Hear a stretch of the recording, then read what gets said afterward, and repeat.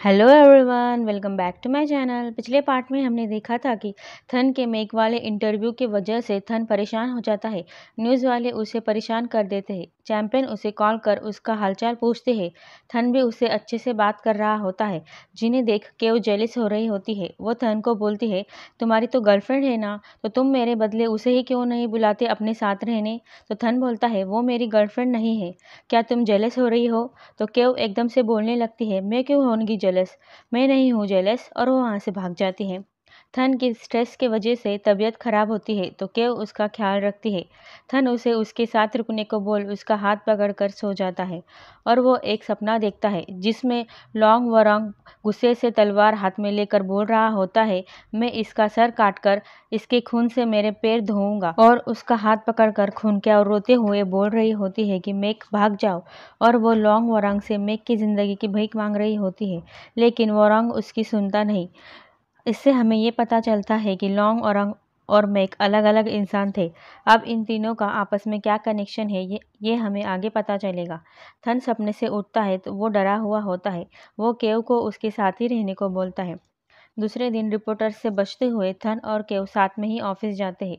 नोंगनी को थन की चिंता हो रही होती है तो वो कृत को कॉल कर ये सब बताती है और बोलती है, थन इतना ज़्यादा स्ट्रेस में है कि पता नहीं उसका गुस्सा कब किस पर फूटेगा, मुझे उसकी चिंता हो रही है। कृत बोलता है, तुम इतना ज़्यादा सोचो मत, मैंने उसका हल पहले ही ढूंढ लिया है। नोंगनी थन के पास जाकर बोलती है, तुम्हें कुछ दिनों के लिए यहाँ से कहीं बाहर जाना होगा, तब तक कि जब तक ये रिपोर्टर्स वाला मामला खत्म ना हो जाए। और थन बोलता है, और तुम मुझे कहाँ भेजना चाहती हो। धन कृत को कॉल करता है और उससे बोलता है, तुम मुझे उस जगह कैसे भेज सकते हो। कृत बोलता है, मुझे पता है कि तुम अभी भी उस जगह जाने से डरते हो। थन के पास्ट में 10 साल पहले एक ऐसी जगह कुछ ऐसी घटना हुई थी जिससे थन अभी भी वहां जाने से डरता है। थन उन सारी यादों को दोहराने से डरता है तो कृत उसे समझाता है कि जब तक तुम उस जगह नहीं जाओगे, फेस नहीं करोगे, तब तक तुम अपनी घबराहट को भूल नहीं पाओगे। थन किसी दूसरी जगह जाने को बोलता है तो कृत बोलता है, वो प्लेस मेरे दोस्त का है, वो तुम वहाँ से न्यूज़ को बाहर आने नहीं देगा, वो जगह सेफ है। तो थन बोलता है, ठीक है, लेकिन मैं वहाँ अकेले नहीं जाऊँगा। वो केव की तरफ इशारा कर रहा होता है। केव को उसके साथ अकेले जाने से कतरा रही होती है तो वो मना कर रही होती है। तो थन बोलता है, ठीक है, फिर मैं भी नहीं जाऊँगा। केव बोलती है, तुम नोंगनी को साथ ले जा सकते हो। तो नोंगनी बोलती है, मैं नहीं जा सकती, मुझे पीछे से कंपनी को संभालना होगा। थन केव से बोलता है, अगर तुम मेरे साथ अकेले जाना नहीं चाहती तो तुम अपने फ्रेंड्स की भी साथ इनवाइट कर सकती हो। तो जिसके लिए केव तुरंत मान जाती है और बहुत खुश भी होती है।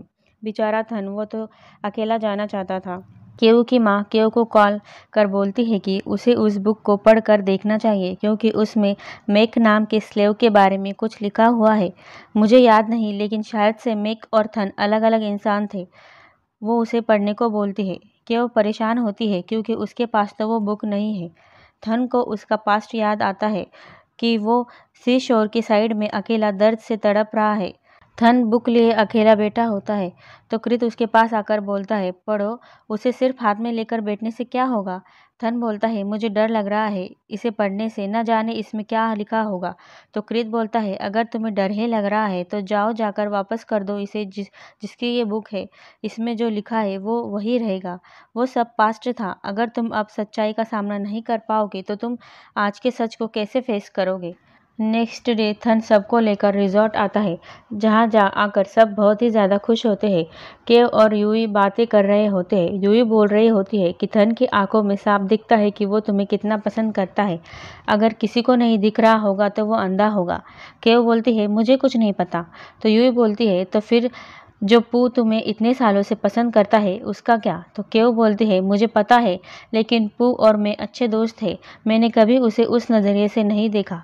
और यूई केव को छेड़कर बोलने लगती है, लेकिन थन तो तुम्हारा फ्रेंड नहीं है ना, तुम उसके लिए तो फील करती होंगी ना।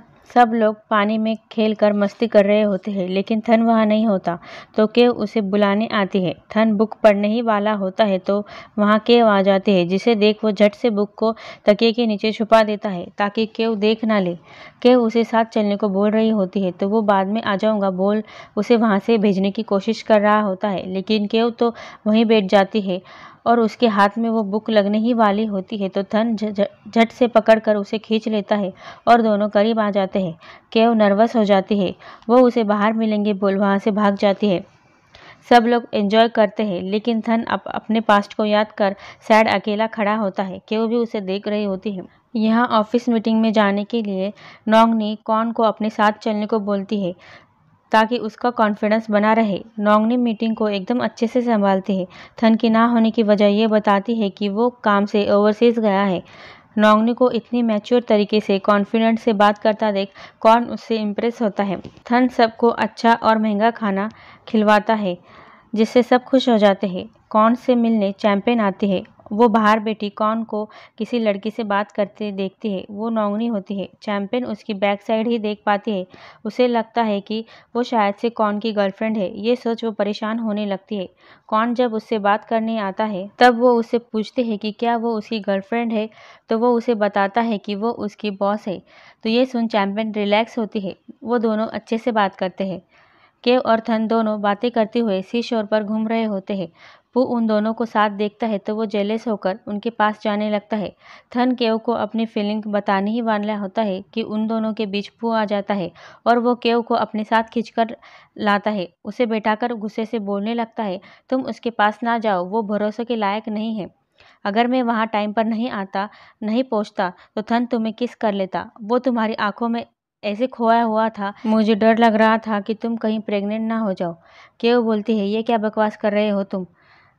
नेक्स्ट सीन में जब केव और थन साथ में बैठे होते हैं तो वहाँ यूई आकर उनकी पिक्चर लेने को बोलती है। पिक्चर लेने के बहाने से वह उन दोनों को करीब लाती है। केव उसकी मस्ती के लिए उसे मजाक में मारने लगती है। यहाँ कमरे में पू केव को लेकर परेशान हो जाता है थन की वजह से और वो थन के ऊपर प्रैंक करने का सोचता है। मैक केव और यूई को लेकर अलग जगह जाता है।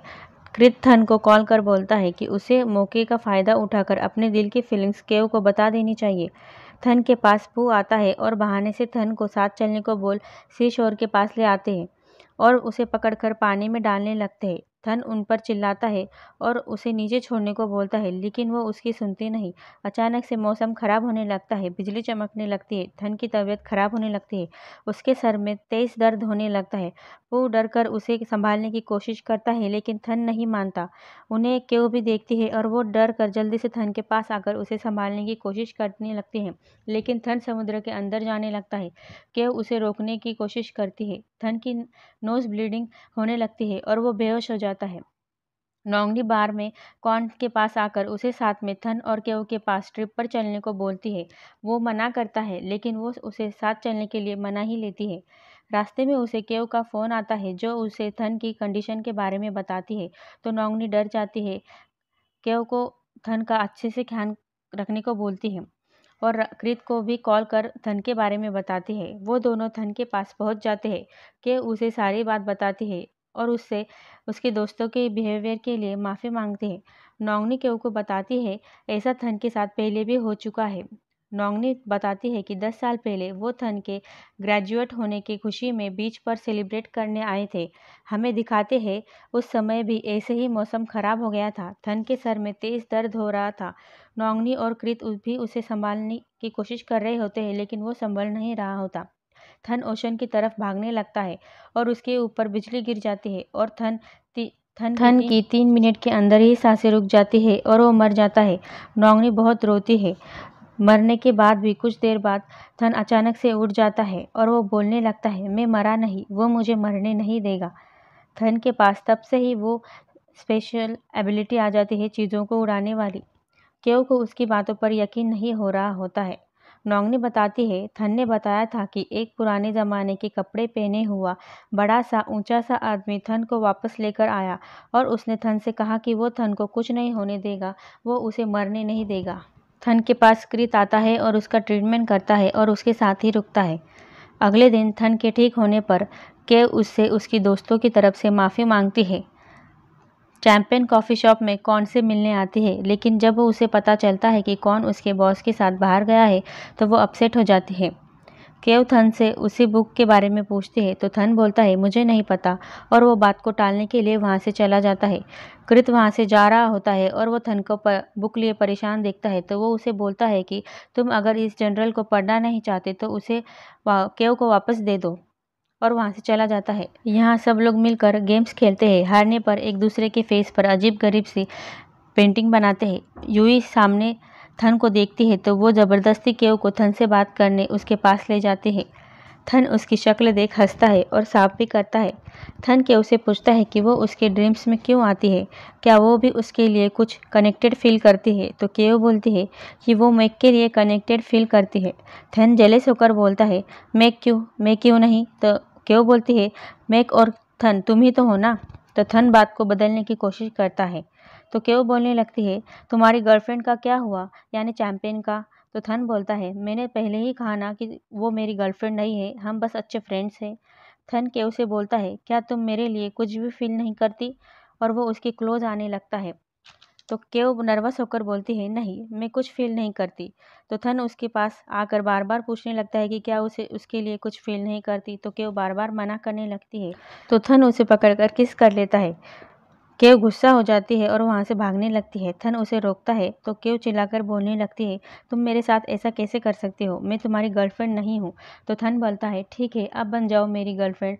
अब बन जाते हैं गर्लफ्रेंड बॉयफ्रेंड। केव बोलती है पहले किस करते हो और फिर बाद में रिस्पॉन्सिबिलिटी लेते हो। थन फिर से उससे उसकी गर्लफ्रेंड बनने के लिए पूछता है तो वो मना कर जाने लगती है। उयुई उन दोनों को देख लेती है। थन यूयू को बताता है कि उन दोनों ने किस किया और वो दोनों अब गर्लफ्रेंड बॉयफ्रेंड है। तो ये सुन यूयू खुश होने लगती है। केव बोलती है मैं कब मानी तुम्हारी गर्लफ्रेंड बनने के लिए। थन परेशान हो जाता है। दूसरे दिन वापस जाते समय केव पू को थन से माफ़ी मांगने लगाती है उनके प्रैंक के लिए। थन पू को माफ़ कर देता है, दोबारा ऐसी हरकत ना करने को बोलता है। पू थन के पीछे किसी की आत्मा देखता है जो उसका पीछा कर रही होती है।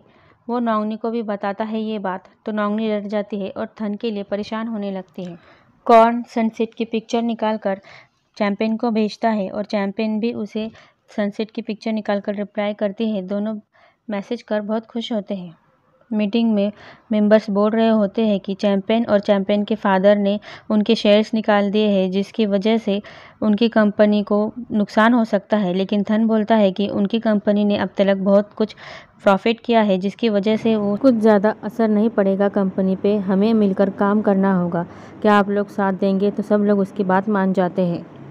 चैंपियन अपनी माँ के साथ अंकल टनोंग से मिलने जाती है। टनोंग बीमारी का बहाना बनाकर हॉस्पिटल में एडमिट हुआ होता है। जब वो गोली देता है तो वो अपने हाथ में छुपा लेता है और उन दोनों के जाने के बाद थूक देता है। टनोंग बीमार होने का बहाना बनाता है और वो कुछ बड़ा प्लान कर रहा होता है थन के खिलाफ, और वो पागलों जैसी हरकतें कर रहा होता है। थन और केव साथ में काम करते हैं। केव बहुत ही ज़्यादा थक जाती है और उसके पैरों में सैंडल की वजह से जख्म हो जाती है। थन उसे नोटिस करता है और वो गर्म पानी से उसके पैरों को सेक देने लगता है। केव उसे ऐसा करने से मना करती है लेकिन वो कहता है कि मैं करना चाहता हूँ और उसके पैरों को मालिश करने लगता है। उन दोनों को वॉचमैन देख लेता है तो केव अनकंफर्टेबल फील करती है लेकिन थन को कुछ प्रॉब्लम नहीं होती। वो उसके फोrehead पर किस करता है अचानक से, तो केव शर्माने लगती है। इसी के साथ ये पार्ट यही खत्म होता है। Thank you for watching. अगले पार्ट ज़रूर देखना।